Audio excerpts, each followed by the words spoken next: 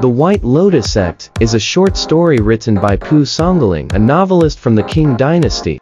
There are two works with the same title, The White Lotus Sect, and Strange Stories from a Chinese Studio.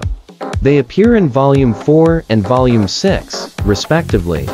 Volume 4 discusses the mysterious spells of the White Lotus Sect, while Volume 6 narrates the Shandong White Lotus Sect uprising led by Xu Hongru during the Ming Dynasty. The White Lotus Sect is a secretive religious organization that has been circulating among the people since the Tang and Song Dynasties. Volume 4, The White Lotus Sect. A follower of the White Lotus Sect from Shaanxi, whose name I do not recall, was likely a disciple of Xu Hongru. He possessed a kind of magic that could bewilder people. Many admired his abilities and became his disciples. One day, this man was about to leave for another place. He placed a basin in the hall and instructed his disciple to sit and guard it, forbidding him to open and look inside. After the man left, the disciple opened the basin and found clear water inside, with a small grass-woven boat floating on it. The boat had masts and a sail. The disciple found this curious, and used his fingers to touch it. The boat tilted and capsized with his touch. He quickly righted it, closed the basin, and soon his master returned, scolding him angrily. "Why didn't you listen to me?" The disciple immediately defended himself, claiming he hadn't peeked. His master retorted, "The boat capsized in the sea just now. How could you deceive me?" On another night, he lit a large candle in the hall, telling the disciple to guard it and prevent the wind from blowing it out. By the time it was past the second watch, the master hadn't returned, and the exhausted disciple took a short nap on the bed. Upon waking, he found the candle had gone out, and he quickly relit it. Not long after, the master returned and berated him again. The disciple explained, "I've been watching and didn't sleep. How could the candle go out?" His master, in anger, said, "You made me walk over 10 miles of dark road just now, and you claim you've been watching?" The disciple was greatly shocked. These strange actions, one by one, cannot all be recounted. Later, the man's concubine had an affair with the disciple. He discovered it, but pretended not to know, and said nothing. On one occasion, he sent the disciple to feed the pigs. When the disciple entered the pig pen, he immediately transformed into a pig. The master immediately summoned the butcher to kill him and sell the meat. No one else knew about this incident.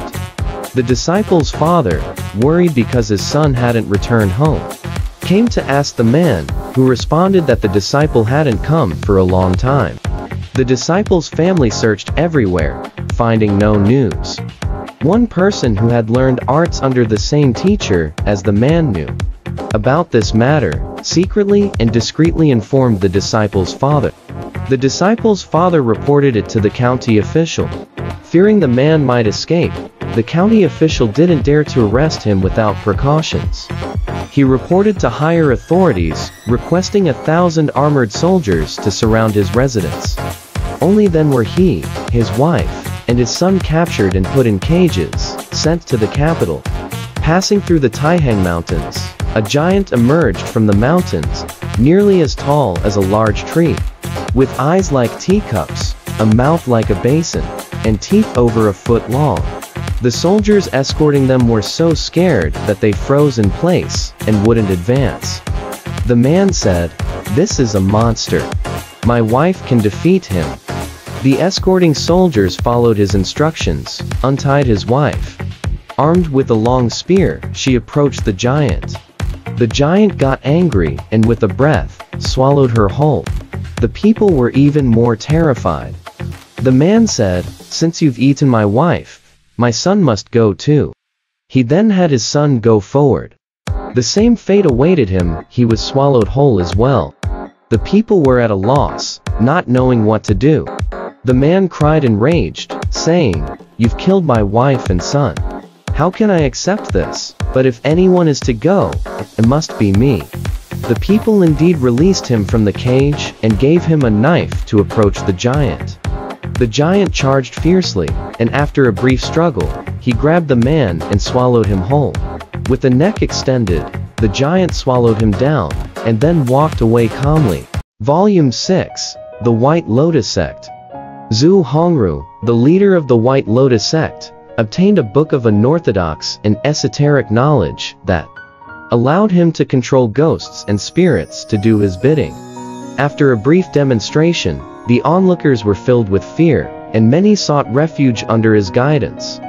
Thus, Xu Hongru secretly conceived the idea of rebellion. One day, he took out a bronze mirror that he claimed could reveal a person's lifetime of fortune and misfortune.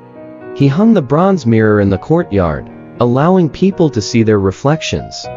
In the mirror, some wore headscarves, while others wore veiled hats, adorned in elaborate clothing and luxurious decorations. Their appearances varied.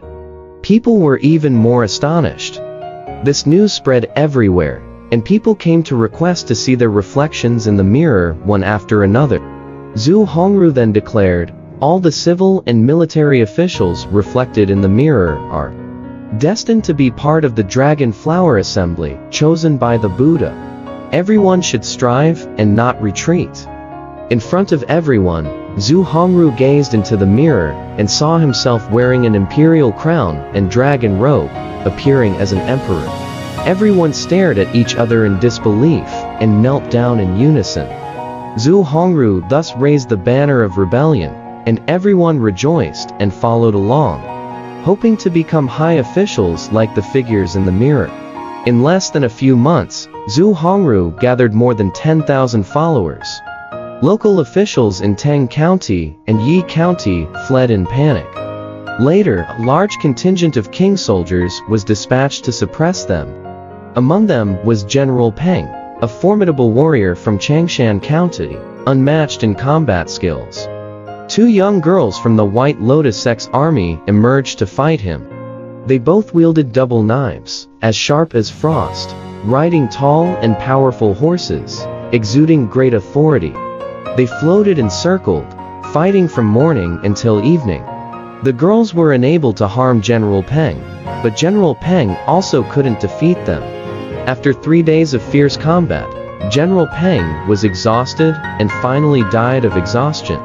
Later, when Xu Hongru's forces were defeated and he was captured, his associates were interrogated, revealing that the girls used wooden knives and rode on wooden benches. A fake army defeated a real general, an extraordinary outcome indeed.